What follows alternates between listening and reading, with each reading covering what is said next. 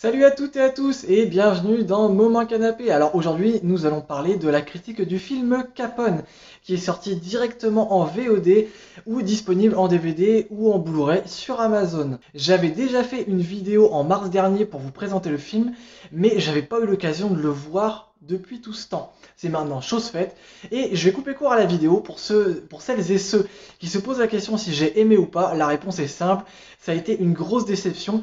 Et je vais vous expliquer pourquoi. Pour vous résumer l'histoire, nous suivons Al Capone qui est sorti de prison après 10 ans passés derrière les barreaux. Il est atteint de la neurosyphilis et du coup il est assigné à résidence en Floride. Il ne contrôle plus rien du tout et il sombre petit à petit dans la folie. Et le film y traite de la toute dernière année de la vie du gangster. Déjà le choix de Trank a été assez risqué de fait de parler de la dernière année de la vie d'Al Capone. C'est-à-dire qu'il ne se passe mais clairement rien. Au niveau scénario, le film n'apporte rien, on n'apprend rien d'intéressant et le film est très très lent. Il dure 1 h 30, mais excusez-moi le terme, mais on se fait vraiment chier. Les personnages secondaires sont tout autour d'Al Capone, mais ils ne servent à rien. La seule chose qu'on peut dire, c'est qu'ils sont témoins de la fin de vie d'un membre de leur famille. Ils essaient de gérer le bordel comme ils peuvent. Et bon, faut quand même avouer que c'est pas forcément facile pour eux.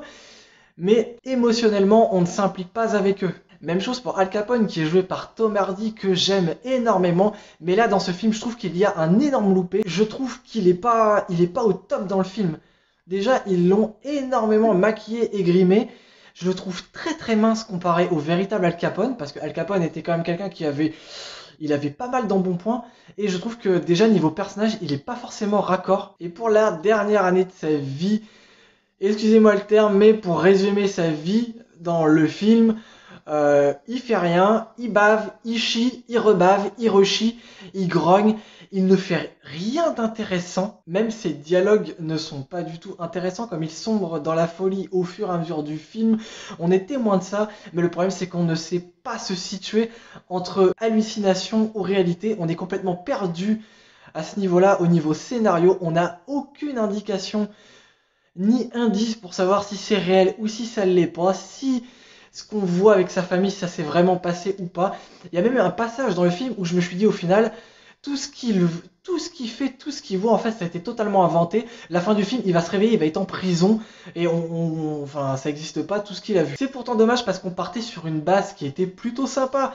Vous prenez la fin de vie d'Al Capone, qui est atteint de démence, donc il aurait pu avoir des visions entre réel et passé, ça aurait été sympa, mais ça accroche pas du tout. Même des petits passages où il se revoit, on va dire, un petit peu au début, notamment au meurtre de la Saint-Valentin, qui a été un événement assez horrible à l'époque, dans les années 30 à Chicago. Al Capone avait ordonné l'exécution de plusieurs personnes le jour de la Saint-Valentin, et les médias avaient relayé l'information, puis ça avait choqué beaucoup de monde. Mais même là-dessus, quand on le voit déambuler en robe de chambre dans ses souvenirs, c'est pas, honnêtement, c'est pas intéressant. Et je pense que le film n'est pas du tout ce que j'attendais. Moi, je m'attendais à Al Capone qui inspire la peur, même en étant vieux, qu'il contrôle encore les choses, qu'il y ait encore un pied, on va dire, dans le milieu. Et il n'est rien de tout ça. Même quand on le voit dans les flashbacks, on le voit vieux et complètement démantibulé, en train de déambuler dans tous ses souvenirs où on comprend rien. Et ça m'a énormément déçu. C'est vraiment pas le Al Capone que je m'attendais, surtout par rapport à Tom Hardy, qui est quand même habitué à nous livrer des rôles sur mesure et quand même assez déjanté. Bah là, je trouve qu'il s'est complètement raté. Il y a qu'une seule scène du film que j'aime bien. Il est à un moment dans les toilettes et il voit une version plus jeune de lui. Et là, ils ont tapé fort. Là, c'était vraiment le Tom Hardy, le Al Capone que je voulais voir, assez costaud, avec son cigare, son costume, en mode Wiki Stop, comment tu me regardes? Et là, je voyais vraiment le Al Capone que je voulais voir. Et dans les flashbacks, ils auraient dû l'utiliser comme ça. Ils auraient pas dû le laisser en robe de chambre, complètement vieux et sénile, en train de déambuler. Ça le fait pas du tout. Et c'est pourtant dommage parce qu'on sent que le réalisateur, il a quand même voulu bien faire les choses au niveau des couleurs, au niveau des lieux. c'est quand même plutôt joli au niveau des, que ce soit des musiques ou des costumes, c'est quand même très très bien retranscrit, les années 45. Mais c'est mou, c'est lent et c'est inintéressant, il ne se passe rien. Et surtout, émotionnellement, on n'est pas du tout impliqué avec le personnage. Moi, quand j'ai regardé Capone, je n'ai eu aucune émotion envers lui. Il m'a pas inspiré d'amitié, il m'a pas inspiré de joie, il m'a pas inspiré de dégoût. Enfin, je m'en foutais totalement. Les seules personnes avec qui je trouvais, j'avais un petit peu l'affection, c'était sa famille autour. Parce on essaie de se mettre à leur place par rapport à la fin de vie de quelqu'un de sa famille. C'est vrai que c'est pas toujours facile. Mais bon, à part ça, le reste, on en a rien à foutre. Pour vous donner un exemple, Tom Hardy, il a joué en 2008 ou 2009, je m'en souviens plus exactement, dans le film Bronson, où il incarne un prisonnier britannique qui est à l'isolement parce qu'il est complètement déglingus, il est complètement barge.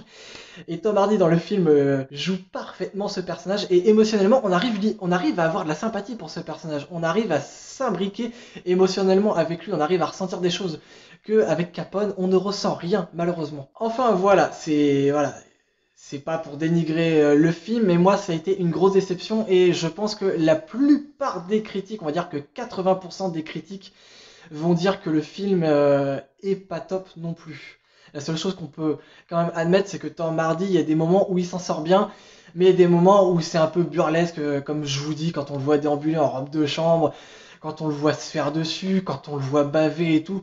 Enfin, c'est vraiment pas ce que je voulais voir d'Al Capone. Voilà, c'est tout pour cette vidéo. N'hésitez pas à vous abonner et à liker la vidéo, ça fait vraiment plaisir et ça me donne envie de vous produire d'autres vidéos.